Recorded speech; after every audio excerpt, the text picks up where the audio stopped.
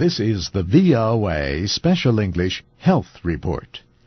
Indonesia passed Vietnam this week as the country with the highest confirmed number of human deaths from bird flu.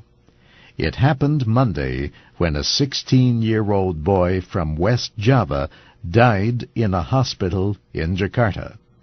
That brought the number of deaths to 43. On Tuesday, Indonesian officials reported another death. They said a girl, also 16, died in a hospital west of the capital.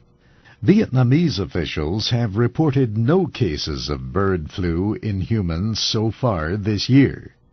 Vietnam has had 42 confirmed deaths from the H5N1 virus.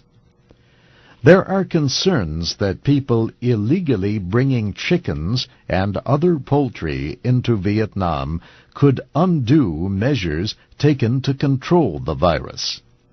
But Indonesia is of special concern because that country has had a number of human cases close together.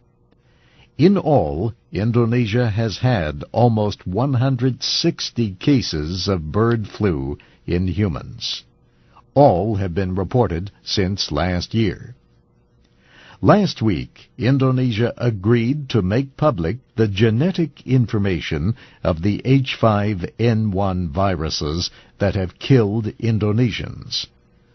The World Health Organization received permission to share the genetic sequences with non-WHO scientists and laboratories. Scientists are studying the virus as it spreads. They are watching for any genetic changes that might let it pass easily between people. The deaths in Indonesia and Vietnam represent, together, more than 60% of all deaths from bird flu. There have been about 140 deaths out of around 240 cases since late 2003.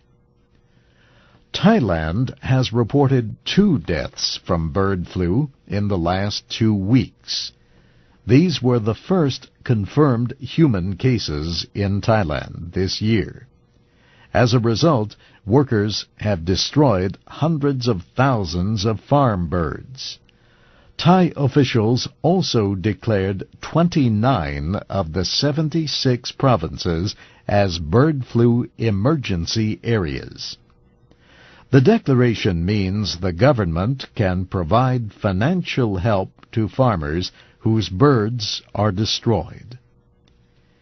In another development, China confirmed Tuesday that its first human case of bird flu was in 2003. That is 2 years earlier than China had reported.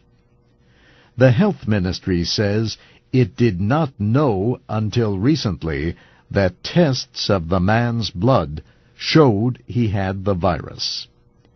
In June, Chinese medical researchers reported the 2003 case in a letter to the New England Journal of Medicine.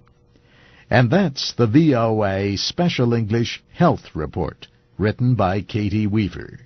I'm Steve Ember.